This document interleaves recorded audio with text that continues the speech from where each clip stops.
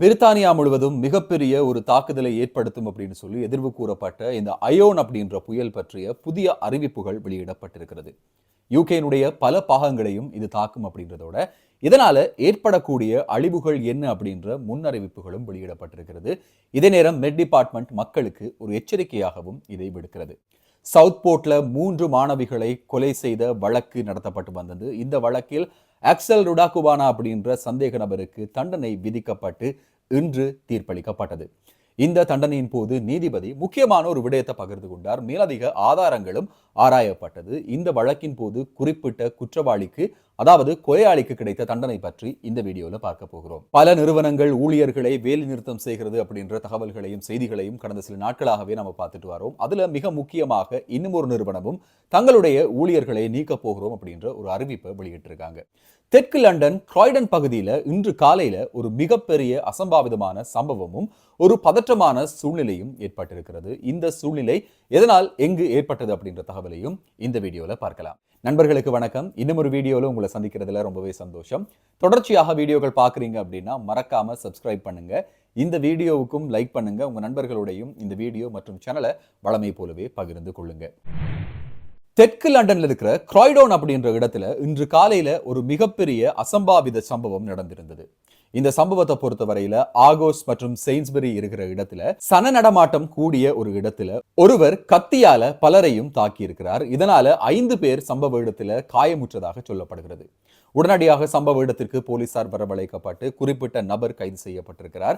இந்த இடத்துல இருந்தவங்க அவங்களுடைய சாட்சியங்களின்படி குறிப்பிட்ட நேரத்துல உள்ள புகுந்த இந்த குற்றவாளி சரமாரியாக ஆக்கள் மீது கத்தி குத்தை நடத்தியதாகவும், லண்டன்ல இப்போ இது வெகுவாக நடக்கிற ஒரு சம்பவமாக மாறி வரதாகவும், யார் எந்த நேரத்துல கத்தியால தாக்குவாங்க, இந்த கூரிய ஆயுதங்களை வைத்து மக்களை அப்பாவிகளை தாக்குறது லண்டன்ல இப்போ ஒரு கலாச்சாரமாக மாறி வருகிறது அப்படின்ற ஒரு தகவலும் வெளியிடப்படுகிறது. குறிப்பிட்ட சம்பவத்தை பொறுத்தவரையில ஆகோஸ் மற்றும் செயின்ஸ்பரியில பொருட்கள் பகிர்ந்து அளிக்கப்படுற இடத்துல இந்த கத்தி குத்து சம்பவம் நடைபெற்றிருக்கு அப்படின்ற தகவல் முதற்கட்ட விசாரணையில் இருந்து தெரிய வருகிறது. சம்பவம் தொடர்பான மேலதிக விசாரணைகளையும் போலீசார் மேற்கொண்டு வராங்க. இந்த சம்பவத்தின் பின்னணி என்ன அப்படின்றத எதிர்வரும் நாட்கள்ல ஊடகங்களுக்கு அறிவிப்போம் அப்படின்ற ஒரு தகவலும் போலீசாரால் வழங்கப்படுகிறது. வெள்ளிக்கிழமை காலை 6 மணியிலிருந்து 9 மணி வரை பிரித்தானியாவில் பல பாகங்களுக்கும் எல்லோ வார்னிங் வழங்கப்பட்டிருக்கிறது. அதிக வேகத்துடன் காற்று வீசும் அப்படின்ற ஒரு தகவல் வெளியிடப்படுகிறது. பிரித்தானியாவில் கடந்த அக்டோபர் மாதத்திற்கு பிறகு 5வது புயலாக பெயரிடப்பட்டிருக்கிற அயோன் புயலினுடைய தாக்கம் யூகே முழுவதும் அயர்லாந்தினுடைய சில பகுதிகளிலையும் கொடூரமாக இருக்கும் அப்படின்னு சொல்லி எதிர்பார்க்கப்படுகிறது. எதிர்வரும் வார இறுதியில சனி மற்றும் ஞாயிற்றுக்கிழமைகள்ல ஸ்காட்லாண்டில் பல இடங்கள்லையும் பலத்த காற்று வீசுவதோடு போக்குவரத்திற்கு தடங்களும் ஏற்படும். கடந்த வாரத்தை போலவே அடுத்த வாரமும் ஸ்காட்லாந்துல பல பாடசாலைகளுக்கு விடுமுறை வழங்கப்பட வாய்ப்பு இருப்பதாகவும் சொல்லப்படுகிறது. யூகே வாழ் மக்களுக்கு ஒரு எச்சரிக்கையாக இது பதியப்படுகிறது. அதாவது 90 மைல் வேகத்துல காற்று வீசும் அப்படின்றதுனால மரமுறிவுகள் ஏற்படுவதற்கான வாய்ப்புகள் இருக்கு. கடல் சார்ந்த பிரதேசங்களை தவிர்க்குமாறு பொதுமக்களிடம் மெட் டிபார்ட்மெண்ட் ஒரு வேண்டுகோளையும் முன்வைக்கிறது. கடந்த காலங்களை நீங்க எடுத்து பார்த்தீங்க அப்படின்னு சொன்னா சில வாரங்களாகவே யூகே பொறுத்தவரையில நிறைய புயல்கள் ஏற்பட்டு கொண்டிருக்கு. புயல் காரணமாக பல இடங்கள்ல அதிக அளவிலான மழை வீழ்ச்சி ஏற்பட்டது. பனி ஒரு பக்கம் தன்னுடைய வேலையை காட்டுச்சு அப்படின்னு சொல்லலாம். இந்த மாதிரியான சந்தர்ப்பங்களின் போது இந்த இடர்பாடுகளால பல்லாயிரக்கணக்கான குடும்பங்கள் இடம்பெயர்ந்திருக்காங்க. நிறைய இடங்கள்ல மின்வெட்டுகள் அமுல்படுத்தப்பட்டிருக்கிறது. எதிர்வரும் வாரத்திலையும் இதே மாதிரி பல இடங்கள்ல மின்வெட்டுகள் அமுல்படுத்தப்படலாம் அப்படின்ற ஒரு எதிர்வு கூறலும் இந்த சந்தர்ப்பத்தில் முன்வைக்கப்படுகிறது. 5 தொடக்கம் 18 வயது வரையான சிறுவர்கள் மனதளவில் ரொம்ப பாதிக்கப்பட்டிருப்பதாகவும் இவர்கள் மருத்துவ உதவிகளை நாடுகிறார்கள் அப்படின்ற ஒரு தகவல் ஆய்வாக பிரித்தானியாவில் முன்வைக்கப்படுகிறது. யூனிவர்சிட்டி காலேஜ் லண்டன் அப்படின்ற ஒரு மிக பிரபலமான நிறுவனம் நடத்திய ஆய்வின் போது இந்த சிறுவர்கள் குடும்ப சூழ்நிலை காரணமாக மனதளவில் பாதிக்கப்படுகிறார்கள். இதனால இவர்கள் மருத்துவ உதவிகள் எடுத்துக்கொள்கிறார்கள். இதே நேரம் யூகே பொறுத்தவரையில பல சிறுவர்களுக்கும் தனிமை அப்படின்ற ஒரு விஷயம் மிக பிரதானமான ஒரு காரணியாக இருக்கிறது. இந்த தனிமை காரணமாக இவங்க மொபைல் போன் அடிக்ஷனுக்கு உள்ளாகிறாங்க. இந்த மொபைல் போன் அடிக்ஷன் காரணமாக மனதளவுல பாதிக்கப்பட்ட ஒரு அடுத்த தலைமுறை உருவாகிறது அப்படின்ற தன்னுடைய ஆய்வறிக்கையை இந்த நிறுவனம் வெளியிட்டிருக்கிறது.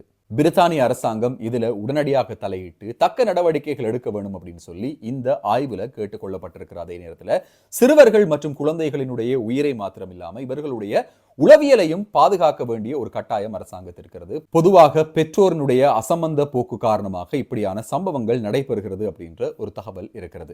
இதே நேரம் போதைப் பொருட்களுக்கு அடிமையாகிய பெற்றோர்களாலும் குழந்தைகள் துஷ்பிரயோகம் செய்யப்படுகிறார்கள், சிறுவர் துஷ்பிரயோகங்கள் நடக்கிறது. இதன் காரணமாகவும் மனதளவில் பாதிக்கப்பட்ட சிறுவர்கள் உருவாகிறார்கள் அப்படின்ற ஒரு தகவலையும் இந்த ஆய்வறிக்கை சுட்டிக்காட்டுகிறது.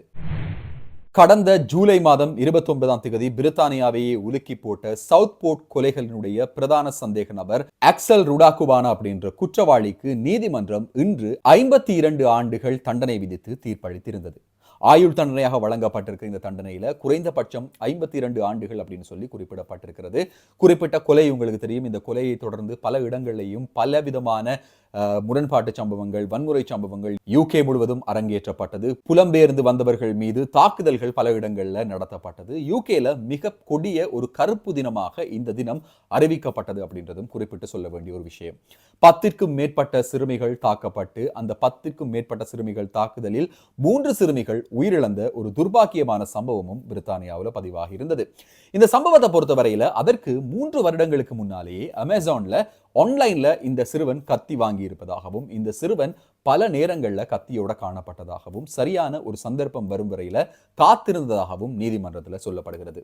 இந்த சம்பவம் குறித்து ஊடகங்களுக்கு கருத்து தெரிவித்த போது நீதிபதி என்ன சொல்லியிருக்கார் அப்படின்னு சொன்னா, இவர் எப்போதுமே வெளியில் வர மாட்டார், அதற்கான வாய்ப்புகளே இல்லை அப்படின்ற ஒரு கருத்துப்பட தன்னுடைய அறிக்கையில அந்த நீதிபதி சொல்லியிருக்கார். இந்த சம்பவத்தை நடத்தும் போது குறித்த சிறுவனுக்கு 17 வயதாக இருந்தாலும் இந்த சிறுவனுடைய குற்றத்தினுடைய தன்மையை அடிப்படையாக கொண்டு இந்த விசாரணை 18 வயதுக்கு பிறகுதான் எடுக்கப்பட்டது. யூகேனுடைய சட்டத்தை பொறுத்தவரையில இந்த சட்டத்துல சில நேரங்கள்ல குற்றங்களினுடைய அளவு பெரிதாக இருக்கும்போது அது பெரிய ஒரு சமூக பாதிப்பை ஏற்படுத்தும் போது அந்த சந்தர்ப்பங்கள்ல ஒரு மைனரை மேஜராக கன்சிடர் பண்ணக்கூடிய ஒரு இடம் சட்டத்தில் இருப்பதாக ஒரு இடத்துல படிச்சதையும் இந்த வீடியோவில் ஞாபகப்படுத்த வேண்டியதாக இருக்கிறது. பல்வேறு நிறுவனங்கள் அவர்களுடைய ஊழியர்களை பணி நீக்கம் செய்கிற இந்த நேரத்தில் செயின்ஸ்பரிஸ் தன்னுடைய 3000 ஊழியர்களை பணி நீக்கம் செய்ய போகிறார்கள் அப்படின்னு சொல்லி அறிவிச்சிருக்காங்க. நாடளாவிய ரீதியில் இருக்கிற செயின்ஸ்பரிஸ்ல இருக்கிற கஃபேஸ் மூடப்படுகிறது. இந்த கஃபேஸ் மூடப்படுவதன் காரணமாக பல பில்லியன் பவுண்ட்களை சேமிக்க முடியும் அப்படின்ற ஒரு கருத்துப்பட செயின்ஸ்பரி தன்னுடைய அறிவிப்பை வெளியிட்டிருக்கிறது. இதனால பிரித்தானியாவில் இருக்கிற 3000க்கும் அதிகமானவர்களினுடைய வேலை பறிபோகிறது. அதுல மிக குறிப்பாக பகுதி நேரமாக, அதாவது பார்ட் டைமாக வேலை செய்பவர்களுடைய வேலைகள் பறிபோவதற்கான வாய்ப்புகள் அதிகமாக இருக்கிறது. இப்படியான சூப்பர் மார்க்கெட் செயின்ஸ்பரிஸ், டெஸ்கோ, அஸ்டா போன்ற சூப்பர் மார்க்கெட்ஸ்ல ஸ்டூடெண்ட்ஸாக இந்தியாவிலிருந்தும் இலங்கையிலிருந்தும் அதிகமானவங்க வேலை செய்வதை பார்க்கக்கூடியதாக இருக்கிறது. சாதாரணமாகவே ஸ்டூடெண்டாக வரவங்களுக்கு பார்ட் டைம் வேலையை பதிந்து வேலை தரக்கூடிய சரியான மினிமம் வேஜ் கொடுக்கக்கூடிய நிறுவனங்களாக இந்த பல்பொருள் அங்காடிகள் அப்படின்னு சொல்லக்கூடிய சூப்பர் மார்க்கெட் திகழ்வது ஒரு உண்மையான விஷயம். இப்படியான ஒரு சந்தர்ப்பத்தின் போது இந்த மாணவர்கள் பலருக்கும் இது பேரிடியாக இருக்கும் அப்படின்னு சொல்லி எதிர்ப்பு கூறப்படுகிறது. செயின்ஸ்பரிஸ் மட்டும் கிடையாது, யூகேல பல நிறுவனங்கள்லையும் இப்போ மிக பிரபலமான லாப நோக்கோட லாபத்தில் இயங்கி வருது அப்படின்னு சொல்லி நாம் நினைக்கிற பல நிறுவனங்கள் அவர்களுடைய ஊழியர்களை இப்போ கட் டவுன் பண்றாங்க. அக்டோபர் மாதம் அறிவிக்கப்பட்ட பட்ஜெட்டை தொடர்ந்து இந்த பட்ஜெட்ல என்ன அதிகரிக்கப்பட்டிருக்கிறது, மினிமம் வேஜ் அதிகரிக்கப்பட்டிருக்கிறது. இந்த அதிகரிப்புகள் காரணமாக அதிக சம்பளத்தை கொடுக்க வேண்டிய ஒரு கட்டாயத்திற்கு இந்த நிறுவனங்கள் தள்ளப்படுகிறது. அதுதான் இந்த இமீடியட் டெர்மினேஷன், இந்த ரெசிஷனுக்கான ஒரு மிகப்பெரிய காரணமாக பார்க்கப்படுகிறது. இந்த வீடியோவை முழுசா பார்த்திருப்பீங்க அப்படின்னு சொல்லி நம்புறேன். தொடர்ச்சியாக பார்த்திருந்தீங்கன்னா மறக்காம சப்ஸ்கிரைப் பண்ணுங்க. இந்த வீடியோவுக்கு ஒரு லைக் பண்ணுங்க. உங்க நண்பர்களோட வளமையை போலவே பகிர்ந்து கொள்ளுங்க. இன்னும் ஒரு வீடியோவில் இன்னும் சுவாரஸ்யமான புதிய தகவல்கள், செய்திகளோடு உங்களை சந்திக்கும் வரை நன்றி, வணக்கம்.